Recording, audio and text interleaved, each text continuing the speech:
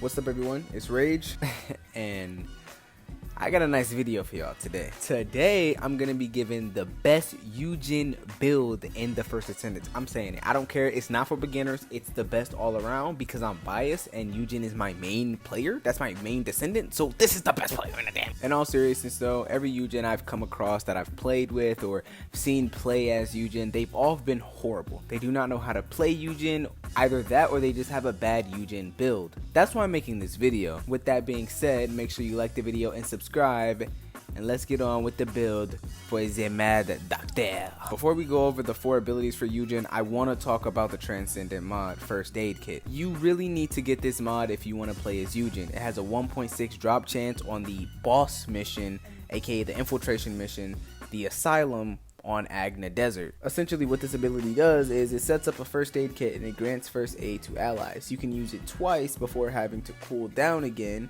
each cooldown between 1 and 2 of you using it though. The ability basically grants a little bit of health and then it starts healing you or that ally over time, and I'm pretty sure it also grants a stimulant which will get rid of any status effects that were put on you by enemies. Now if you pair that with your 4th ability as well, everyone's gonna have their shield and their health back up to max. I guarantee it, like the clip right here that I'm showing you.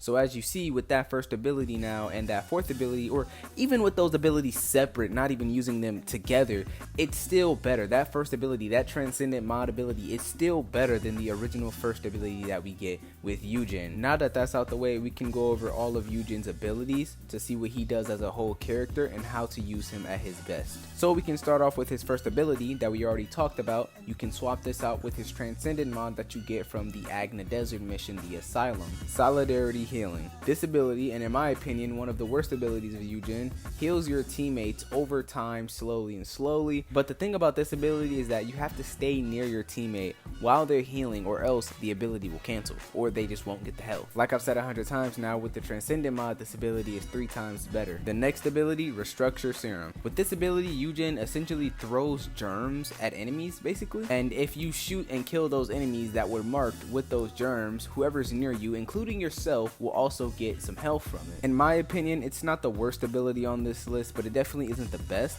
I do think it is pretty useful because you can mark more than one enemy with this ability. Now the 3rd ability, Stimulant Spray, which is in my opinion the best ability on this list so far. Essentially anybody that's marked on your team with this spray, when they get it, they will receive healing proportional to the number of times they were dealt damage to. Next is Hyper Reactive Healing Ground. For this ability, the easiest way for me to put it is that when you activate it, some of your teammates will get some health off of it, and it will also grant stimulants which will get rid of the status effects that enemies have put on you. It also adds a temporary immunity to all debuffs. Finally, his last ability, and in my opinion his 2nd ability, which is crazy because it's his passive, Stop Overreacting. This is part of the reason why Yujin is such a good support and such a healer, because it literally only takes like a second to revive any downed allies. So Yujin has the quickest revive time out of any other Descendant in the game. Alright, now let's get into the build. So first things first, it's his Descendant mod. I don't think anything else needs to be said about this. This is obviously the first ability. I've talked about this plenty of times in this video so far.